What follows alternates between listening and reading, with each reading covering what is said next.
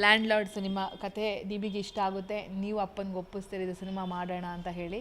ಆ ಜರ್ನಿ ಬಗ್ಗೆ ಈಗ ರಿಲೀಸ್ಗೆ ರೆಡಿ ಆಗಿದೆ, ಈ ಸಂದರ್ಭದಲ್ಲಿ ಆ ಕಂಪ್ಲೀಟ್ ಜರ್ನಿ ಹೇಗೆ ಶುರು ಆಯ್ತು ಅದ್ರ ಬಗ್ಗೆ ಡೀಟೇಲ್ ಆಗಿ ಎಕ್ಸ್ಪ್ಲೈನ್ ಮಾಡೋದಾದ್ರೆ ಏನೆಲ್ಲ ಹೇಳ್ತೀರಾ ಅಂತ ಹೇಳಿ. ನಾನು ಆಲ್ರೆಡಿ ಹಲವಾರು ಸರಿ ಹೇಳಿದ್ದೀನಿ ಮೇಡಮ್. ಬಟ್ ಏನಂದರೆ ಇದು ತಂತಾನಾಗಿ ನಮ್ಮ ಹತ್ರ ಬಂತು ಮೇಡಮ್. ಅದೇನೋ ಹೇಳ್ತಾರಲ್ಲ, ತಿನ್ನೋನೊಂದು ಅಕ್ಕಿ ಕಾಲಲ್ಲಿ ತಿನ್ನೋನ ಹೆಸರು ಬರೆದಿರುತ್ತೆ ಅಂತ. ಹಾಗೆ ಜಡೇಶ್ ಅವರು ತುಂಬ ಜನದ ಹತ್ರ ಈ ಕತೆ ಹೋಗಿ ಲಾಸ್ಟಿಗೆ ಇದೇ ಜಾಗದಲ್ಲಿ ನಾವು ಕೂತಿರೋ ಜಾಗದಲ್ಲೇ ಕತೆ ಡಿಸ್ಕಷನ್ ಫಸ್ಟ್ ಟೈಮ್ ನಾವು ರೀಡಿಂಗ್ ತೊಗೊಂಡಿತ್ತು.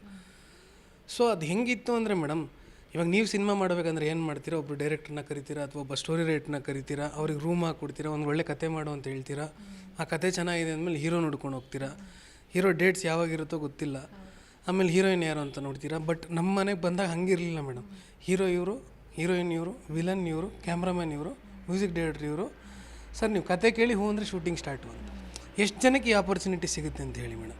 ಸೊ ನಾವು ಸಿನಿಮಾನೇ ಬೇಡ ಅಂತ ಕೂತಿರೋರ ಮನೆಗೆ ಒಂದು ಫುಲ್ ಮೀಲ್ಸ್ ಥರ ತೊಗೊಂಬಂದ್ಬಿಟ್ಟು ಸರ್ ರೆಡಿ, ನಾವು ಊಟ ಮಾಡೋದು ಅಷ್ಟೇ ಅನ್ನೋ ಥರದ್ದು ಬಂತು. So I think it's fate madam. ನಾವು ಮಾಡೋಕ್ಕೆ ಹೋದ್ರೂ ಈ ಥರ ನಾವು ಇಷ್ಟು ಜನ ಸೇರಿಸಿ ಮಾಡೋಕ್ಕಾಗ್ತಾಯಿತ್ತೋ ಎಲ್ಲೋ ಗೊತ್ತಿಲ್ಲ.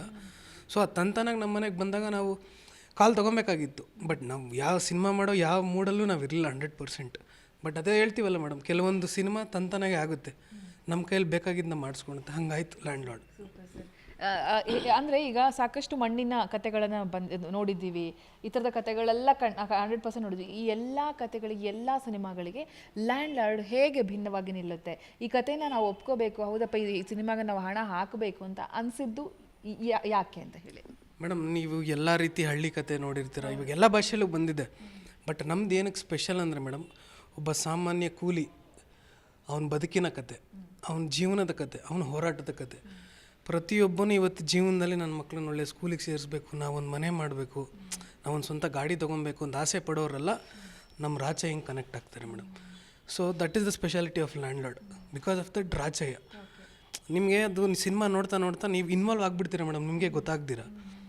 ಅದು ಅವನ ಹೋರಾಟ, ಅವನ ಬದುಕು, ಅವನ ಅಸ್ತಿತ್ವ, ಅದಕ್ಕೆ ಹೋರಾಟ. ಇಲ್ಲಿ ಯಾವುದು ಜಾತಿ ಇಲ್ಲ, ಏನೂ ಇಲ್ಲ. ಒಬ್ಬ ಸಾಮಾನ್ಯ ಮನುಷ್ಯ ಏನು ಕನ್ಸ್ಕೊಳ್ತಾನೆ ಮೇಡಮ್, ಫಸ್ಟ್ ಒಂದು ಕಾರೋ ಇಲ್ಲ ಬೈಕ್ ತೊಗೊಬೇಕು ಅಂತ ಇರ್ತಾನೆ, ಆಮೇಲೆ ಒಂದು ಮನೆ ಮಾಡಬೇಕಂತ ಇರ್ತಾನೆ.